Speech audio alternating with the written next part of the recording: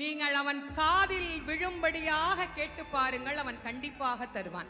நிறைய பேர் சொல்றாங்க, நாங்களும் கேட்டுக்கிட்டு தாங்க இருக்கிறோம், எங்களுக்கு அவன் கொடுக்க மாட்டேங்கிறான் அப்படின்னா, இறைவன் வெளியிலிருந்து நாம் கொடுக்கின்ற எந்த பொருளையும் தனக்கென ஏற்றுக்கொள்வதில்லை.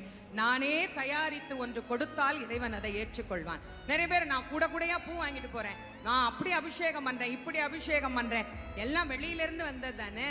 நீங்களாம் என்ன கொடுத்தீங்க, நீங்களாம் அவனுக்கு என்ன கொடுத்தீங்க? அவன் கேட்பான்ல, நீ என்ன கொடுத்த எனக்கு அப்படின்னு கேட்பீங்கல்ல. இல்ல இதெல்லாம் நான் தான் கொடுத்தேன்னு சொல்றதுக்கு என்ன சாட்சி? நான் காசு கொடுத்தா யார் வேணா கொடுப்பாங்க. தேங்காய் காசு கொடுத்தா வாங்கலாம், பழம் காசு கொடுத்தா வாங்கலாம், சக்கரை பொங்கல் காசு கொடுத்து செய்யலாம். இதெல்லாம் காசு கொடுத்து வர்ற பொருள்.